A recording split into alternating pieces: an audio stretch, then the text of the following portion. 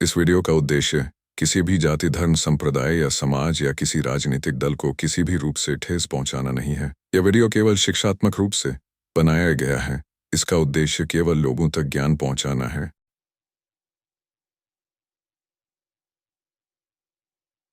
सत्य की जिज्ञासा चैनल में हमारे सभी दर्शकों का हार्दिक स्वागत है।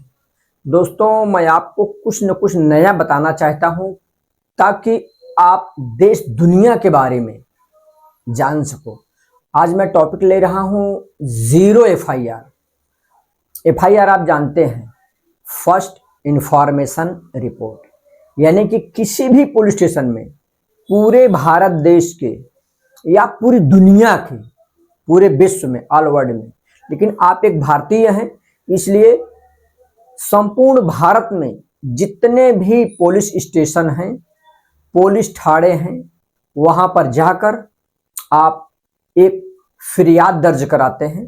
फरियाद दो तरह की होती है, एक संज्ञेय मामले, एक असंज्ञेय मामले, यानी कि मर्डर, रेप, डकैती, चोरी, कुछ ऐसे मामले रहते हैं जो कि तुरंत एफआईआर दर्ज होता है, और कुछ ऐसे रहते हैं कि पुलिस को उस पर संशय होता है कि सामने वाला सच बोल रहा है कि झूठ बोल रहा है क्या नहीं है, तो कभी कभी पुलिस एनसी भी ले लेती है और एफआईआर में त्वरित कार्रवाई होती है। तो यह जो एफआईआर है, ये एफआईआर तो ये भी है, एनसी की मैं चर्चा नहीं कर रहा हूं। एनसी मतलब नॉन कांजेबल, मैं एफआईआर की चर्चा कर रहा हूं। But zero, ZERO, zero FIR, जैसे कि पूरे भारत देश में या पूरी दुनिया में, मैं पहले ही बोल चुका हूं, बहुत सारे लोग हैं आज, सब उनको जानते हैं कि वह एक दबंग टाइप के व्यक्ति हैं। दबंग आप अच्छी तरह से समझते हैं। दबंग सभी जातियों के लोग, सभी कास्ट के लोग, सभी धर्मों के लोग, सभी समुदाय के लोग, जो लोग पिक्चर देखते हैं, जो पिक्चर नहीं देखते हैं, सभी लोग यह समझते हैं कि दबंग का मतलब क्या होता है। जिसका रुआब हो, जिसका रुतबा हो। दबंग कभी कभी किसी ग्राम सेवक के आगे लग जाता है, कभी कभी किसी पुलिस वाले के भी आगे लग जाता है। दबंग व्यक्ति कभी कभी किसी मंत्री के आगे भी लग जाता है। तो हर वह इंसान जो अपने आप को दबंग समझता है और किसी गरीबों का खून चूसता है, तो खून कैसे चूसेगा? वो जोंक तो है नहीं कि उसका खून पिएगा। खून चूसने का मतलब क्या हो गया? कोई एक गरीब का बेटा है। गरीब कौन होता है? जो असहाय है। वो गरीब नहीं है, उसके पास जमीन है 100 बीघा, या उसके पास जमीन है 50 बीघा, या उसके पास जमीन है 2 एकड़, लेकिन वो बेचारा अकेला है। और ये दूसरे व्यक्ति जो है, ये दबंग हैं। अब ये उसकी जमीन हथियाना चाहते हैं, जमीन को हड़प करना चाहते हैं। अब ये बेचारा अपनी जान बचाए कि जमीन बचाए, निश्चित ही वो पहले वो अपनी जान बचाएगा। अगर वो बिहार का रहने वाला है, भाग के मुंबई आ जाएगा। उत्तर प्रदेश का रहने वाला है, भाग के मुंबई आ जाएगा। राजस्थान का रहने वाला है, भाग के मुंबई आ जाएगा। दोस्तों, मैं बताऊं, भारत के कोने कोने से कितने लोग यहां पर मात्र जान बचाने के लिए आए हैं, क्योंकि यहां पर शेर और सियार दोनों एक घाट पानी पीते हैं। नदी के किनारे या समुद्र के किनारे या किसी भी जलवायु स्थान में, दोनों उनके तटीय स्थान पर एक सरीका दिखाई देते हैं, क्योंकि महाराष्ट्र की दबंग पुलिस। अभी दबंग को कौन मार सकता है? दबंग को जेल में कौन डाल सकता है? दबंग। तो महाराष्ट्र पुलिस जो है, ये एक ऐसी यंत्रणा है कि ये अगर जब जिसको चाहेंगे तब अरेस्ट करते हैं, और जब जिसको चाहेंगे ढिल दे देते हैं कि भाग बेटा भाग, जितना भाग सकता है भाग। तो अब उस भागने की कगार में कोई 6 महीना भागता है, कोई 1 साल भागता है, कोई 2 साल भागता है, कोई 5 साल भागता है, कोई 10 साल, कोई 20 साल, कोई 25 साल। लेकिन ध्यान में रखना, मर्यादा जैसे ही खत्म हुई तुम्हारी भागने की, ये जकड़ लेते हैं, पकड़ लेते हैं, चाहे सामने वाला दाऊद हो और चाहे अरबपति हो, चाहे दबंग नहीं दबंगों का बाप हो, लेकिन ये बाप के भी बाप हैं, ये महाराष्ट्र पुलिस है। लेकिन हां, अगर इनके पास जाकर रुआब झाड़ोगे तो ये आपकी नहीं सुनेंगे, रुआब झाड़ोगे तो नहीं सुनेंगे। बोलते हैं ना, बच्चा बन के रहेगा तो बचा रहेगा, बाप बन के जाओगे सुनवाई नहीं होगी, बेटा बन के जाओगे, हाथ जोड़ोगे, रिक्वेस्ट करोगे तो पूरे भारत देश में कहीं सुनवाई हो ना हो, महाराष्ट्र में अवश्य सुनवाई होती है। दोस्तों, मैं आपको धन्यवाद देना चाहूंगा, ये वीडियो आपके बहुत काम का है। अगर आप बोलेंगे मेरे किस काम का है, ना मेरी कोई जमीन हड़प लिया है, ना मुझे पुलिस स्टेशन में पुलिस की पायरी पे चढ़ना है, ना मुझे कोर्ट की पायरी पे चढ़ना है, मैं आपसे बता रहा हूं, आपसे, आज तक आप पुलिस स्टेशन नहीं गए हो, आने वाले समय में आप 100% जाओगे। लिख के रख लो, ताबीज बना के गले में बांध लो। आप कभी कोर्ट की पायरी नहीं चढ़ोगे हो, आने वाले समय में आप अवश्य चढ़ोगे।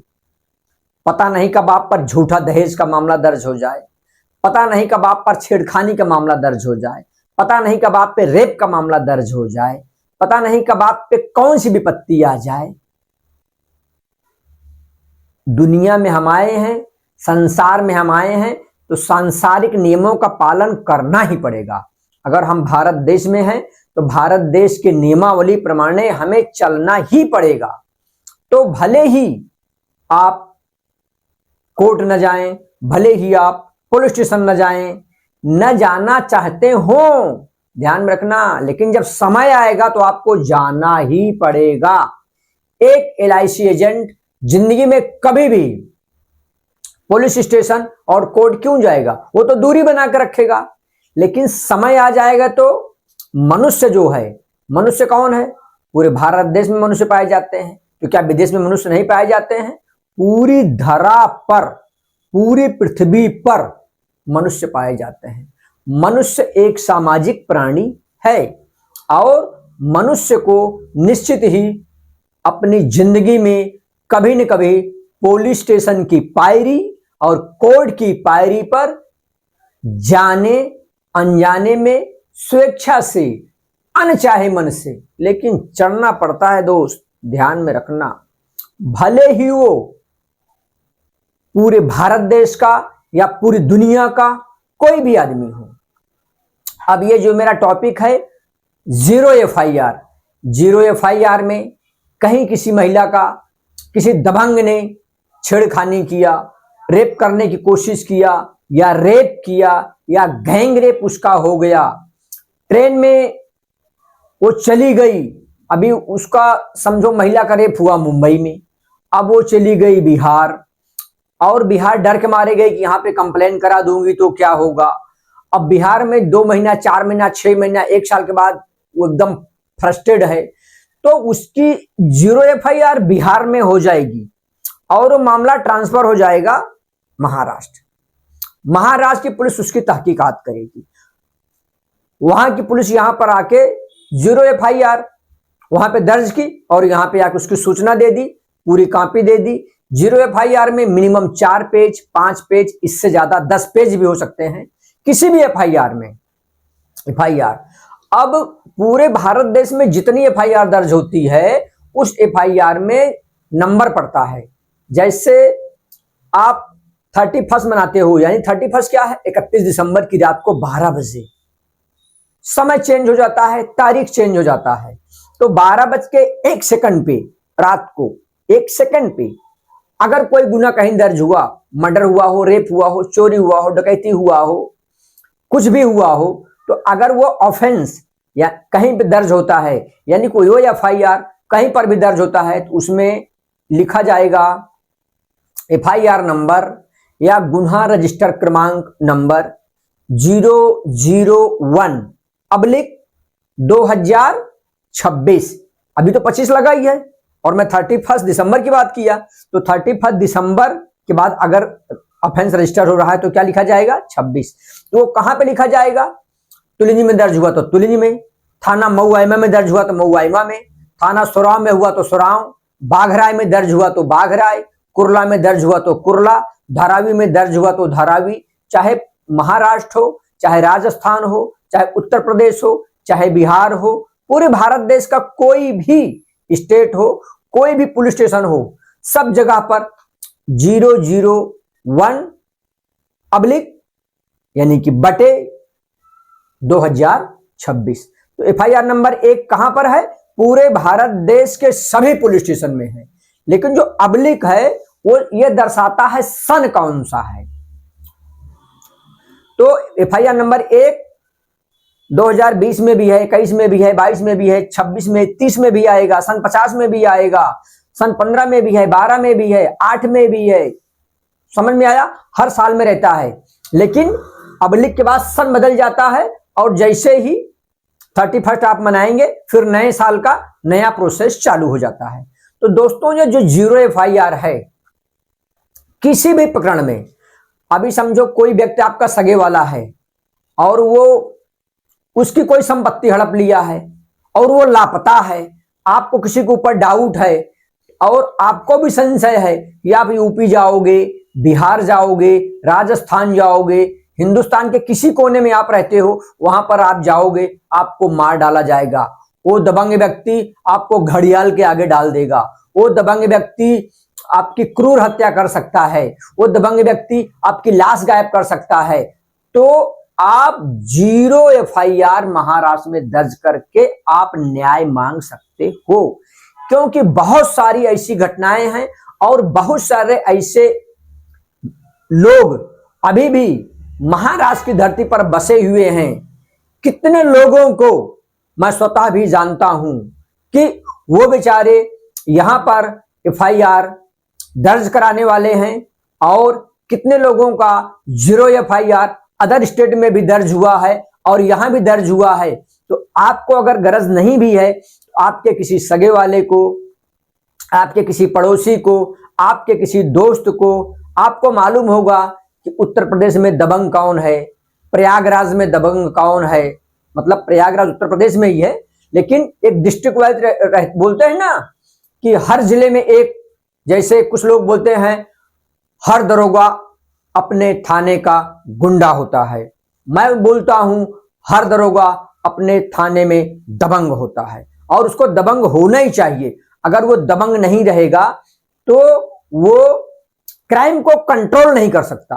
क्राइम को कंट्रोल करने के लिए जिस तरह से आपको अपना घर चलाने के लिए जो घर का गार्जियन है उसको दबंग रहना पड़ता है, अगर वो दबंग नहीं है तो उस घर का विनाश होने में देर नहीं लगेगा। जिस घर में एक से ज्यादा मालिक हो गए, 2 मालिक, 4 मालिक, 10 मालिक हो गए, वो घर ज्यादा दिन तक चलेगा नहीं।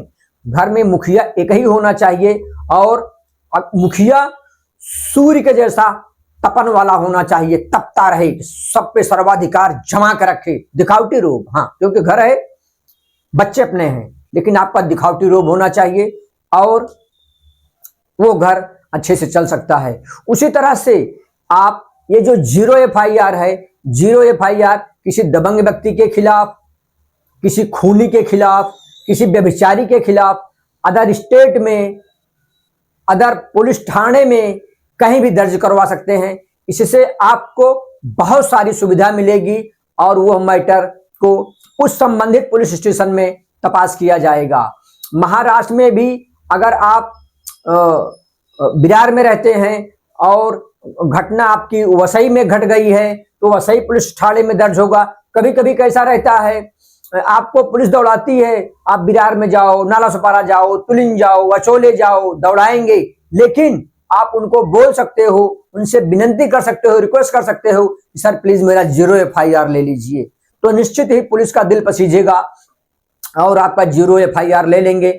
और उस 0 एफआईआर जैसे ही आपके पुलिस स्टेशन में जाएगा, यानी कि जहां पर आपका संपत्ति विवाद है या जहां पर किसी का खून कत्ल हुआ है, रेप हुआ है या कोई भी XYZ काम हुआ है, कोई मंत्री आपका कब्जा कर लिया है, मतलब पुश्तैनी पुश्त बीत गया, तो भी आपके पास अगर 7/12 है और उत्तर प्रदेश में आदमी है तो वहां पे जमीन संपत्ति का विवाद है तो आप एफआईआर दर्ज कर सकते हैं, 0 एफआईआर दर्ज कर सकते हैं और आप न्याय पा सकते हैं। और यह वीडियो ज्यादा से ज्यादा पूरे भारत देश में शेयर करिए और 0 एफआईआर के बारे में आप लोगों को जागरूक करिए। और 0 एफआईआर भी अगर नहीं होता तो जिस तरह से 156(3) कोर्ट में जाके आप ऑर्डर लाते थे, लेकिन अगर आप कोर्ट में जाएंगे तो वहां से भी ऑर्डर मिल जाएगा। लेकिन 99% 0 एफआईआर पुलिस आसानी से ले लेती है। बाकी एफआईआर लेने में थोड़ा टालाटाल इसलिए करती है कि उसको लगता है कि ज्यादा वर्क बढ़ते जा रहा है और पुलिस एफआईआर नहीं लेना चाहती। लेकिन जैसे ही आप बोलेंगे कि सर दूसरे एरिया का प्रकरण है और 0 एफआईआर प्लीज ले लीजिए, तो पुलिस आपकी एफआईआर लेगी। लेकिन अगर आपने झूठा एफआईआर किया है तो ध्यान में रखना 6 महीने से लेकर के 2 साल तक की सजा भी है। इसलिए 100% सच होना तभी 0 एफआईआर करना। मैं भी 0 एफआईआर को सैल्यूट करता हूं और आप सभी लोगों को भी सैल्यूट करता हूं कि ज्यादा से ज्यादा इस वीडियो को देश हित में अवश्य फॉरवर्ड करिए ताकि लोगों को न्याय मिल सके। मेरे भाई, आप इस वीडियो को आपने देखा, सुना, समझा, नहीं समझ में आया, आप इसको 2 बार देखिए, 3 बार सुनिए, 2 बार देखिए, 3 बार सुनिए। समझ में आया? 2 बार देखिए, आप आई कांटेक्ट मिला के 2 बार उसको देखिए और एक बार बगल में रख दीजिए, सिर्फ सुनिए और ध्यान से आपको समझ में आएगा कि यह निश्चित ही लोगों के काम का वीडियो है। भले ही आपके काम का ना हो, लेकिन आपके पड़ोसी के काम का, आपके किसी रिश्तेदार के काम का, आप जिसको न्याय दिलाना चाहते हैं उसके काम का है। इसलिए मैं आपसे करबद्ध विनंती करता हूं कि निश्चित यह वीडियो पूरे भारत देश में ज्यादा से ज्यादा ग्रुप में और अपने सभी सगे संबंधी को अवश्य फॉरवर्ड करिए, लाइक करिए, कमेंट करिए। जय हिंद, जय भारत, जय महाराष्ट्र, जय जवान, जय किसान, जय संविधान। नमस्कार दोस्तों।